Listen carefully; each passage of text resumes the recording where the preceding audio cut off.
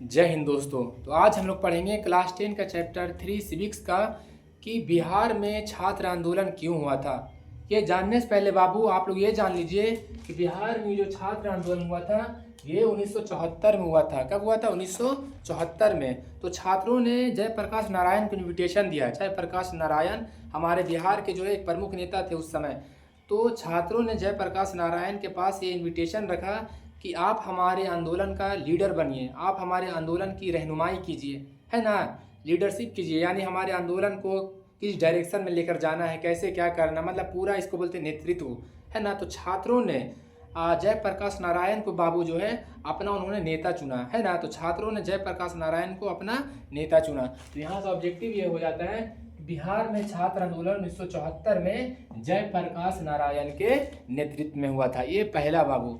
ये तो आप लोग जान गए कि जयप्रकाश नारायण के नेतृत्व में जो हुआ छात्र आंदोलन हुआ। कब हुआ? 1974 में। तो फिर यार भी सर इस छात्र आंदोलन का कारण क्या था, छात्रों ने ये आंदोलन क्यों किया, है ना। और ये जानने से पहले जब जयप्रकाश नारायण को छात्रों ने ये इनविटेशन दिया था कि आप हमारे आंदोलन के नेता बनिए, तो जयप्रकाश नारायण ने उनसे एक शर्त रखा था छात्रों से कि हम इस आंदोलन का नेतृत्व तभी करेंगे जब इस आंदोलन में किसी भी तरीके का हिंसा, किसी भी तरह का उपद्रव नहीं होगा, और ये आंदोलन सिर्फ बिहार तक नहीं बल्कि पूरे भारत में फैलना चाहिए, तभी हम इस आंदोलन को जो है नेतृत्व करेंगे। तो छात्र जो है इस बात से सहमत हो जाते हैं और जयप्रकाश नारायण जो है इस आंदोलन का नेतृत्व करते हैं। और जयप्रकाश नारायण ने एक नारा दिया था जिसका नाम था संपूर्ण क्रांति। बहुत ही VVI ऑब्जेक्टिव है कि जयप्रकाश नारायण ने कौन सा नारा दिया था?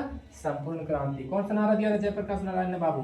संपूर्ण क्रांति का नारा दिया था, याद रखिएगा, ठीक है। कि जयप्रकाश ने नारा दिया था, जयप्रकाश नारायण ने संपूर्ण क्रांति का नारा दिया था। अब आगे देखिए, ये जो छात्र आंदोलन हुआ था बाबू, इसका कारण क्या था, है ना। तो आइए आपको हम बताते हैं। 1971 में, है ना बाबू, 1971 में जो है भारत में जब इलेक्शन हुआ था 1971 में, तो इंदिरा गांधी ने, कांग्रेस की सरकार ने, है ना, वो उस समय लोगों से वादा किया था कि गरीबी हटाओ, गरीबी हटाओ का नारा दिया था। लेकिन जब इंदिरा गांधी की सरकार बनी, जब कांग्रेस की उस इलेक्शन में जब जीत हुई, तो गरीबी नहीं हटी बल्कि देश की आर्थिक स्थिति, आर्थिक हालात यानी देश का जो अर्थव्यवस्था है वो और बिगड़ते चला गया, है ना।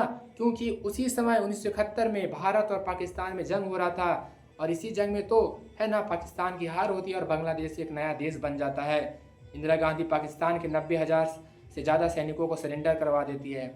तो बाबू अभी ईरान, इजराइल, अमेरिका में जंग चल रहा है ना, हमारा देश नहीं लड़ रहा, फिर भी हमारे देश में इतनी बेरोजगारी, महंगाई बढ़ गई। उस समय तो अपना देश पाकिस्तान से डायरेक्ट लड़ रहा था।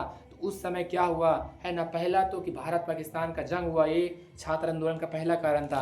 और दूसरा कारण क्या था, उस समय कच्चे तेल की कीमतों में बहुत ज़्यादा बढ़ोतरी हो गई थी, है ना, पेट्रोल डीजल की कीमत जो है बहुत ज़्यादा बढ़ गया था बाबू।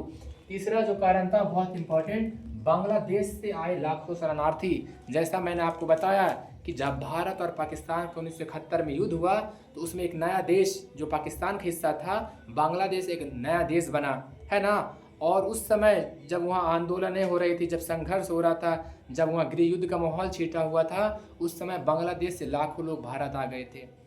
जब कोई देश के लोग किसी देश में जाकर के बसते हैं तो उसे हम लोग कहते हैं शरणार्थी, है ना। तो बांग्लादेश से लाखों शरणार्थी भारत आ गए थे।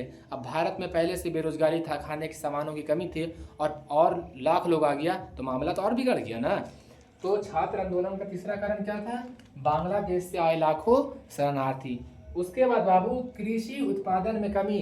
अब देखिए 1973 और 74 का साल, है ना, भारत में जो है अकाल का हालात पैदा हो गया था, मानसून यानी बरसात सही से हुई नहीं, और खेती का उपज जो है बहुत कम हुआ, तो कृषि उत्पादन में कमी। अब देखिए प्रशासन में भ्रष्टाचार। छात्र आंदोलन का बिहार में जो हुआ था, इसका एक और कारण है प्रशासन में भ्रष्टाचार बाबू।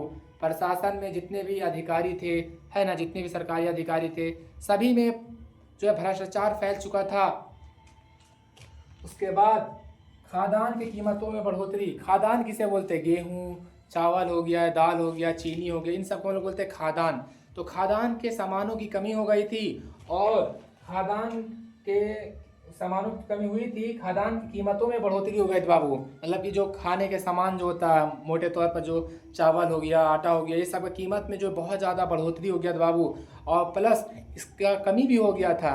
तो समझ लो देश कितना भयंकर हालात से गुजर रहा था उस समय, है ना। तो इसीलिए बिहार के छात्रों ने एक आंदोलन किया था, जिसे हम लोग कहते हैं बिहार में छात्र आंदोलन। कब हुआ था? 1974 में। किसने किया था? जयप्रकाश नारायण ने किया था। पहला कारण भारत पाकिस्तान का युद्ध। दूसरा कारण कच्चे तेल की कीमतों में बढ़ोतरी। तीसरा कारण बांग्लादेश से लाखों लोग भारत आ गए थे। चौथा कारण कृषि उत्पादन में कमी। पांचवा कारण क्या बाबू? प्रशासन में भ्रष्टाचार। उसके बाद क्या हुआ? खाने के सामानों की कीमतों में बहुत ज़्यादा बढ़ोतरी हो गया। उसके बाद खाने के सामानों की कमी पड़ गई, है ना। तब बिहार के छात्रों ने आंदोलन किया था, जिसका नेतृत्व कौन कर रहे थे? जयप्रकाश नारायण। और उन्होंने क्या नारा दिया था? संपूर्ण क्रांति। किसका नारा दिया था बाबू? संपूर्ण क्रांति का नारा दिया था। तो उम्मीद है कि आप लोग समझ गए होंगे। अब हम लोग मिलेंगे अगले वीडियो में। जय हिंद।